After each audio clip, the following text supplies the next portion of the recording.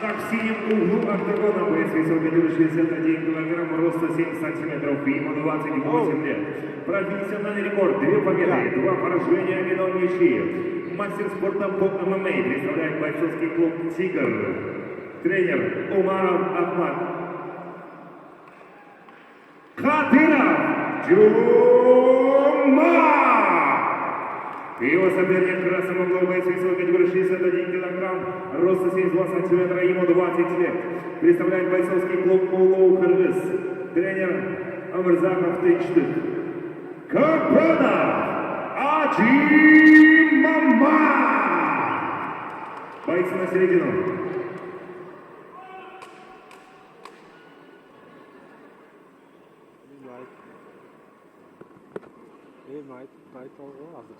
После этой пары подготовиться.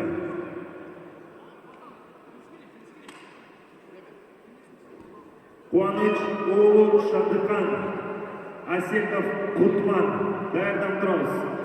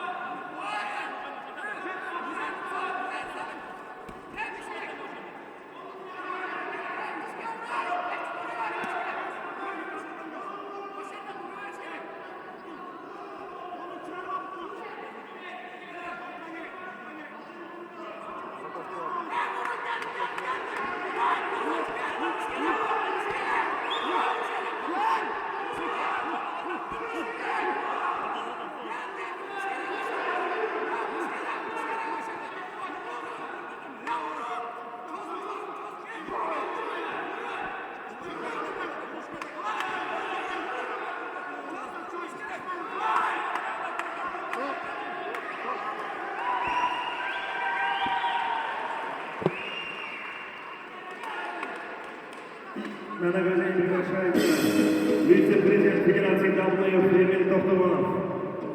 Спасибо.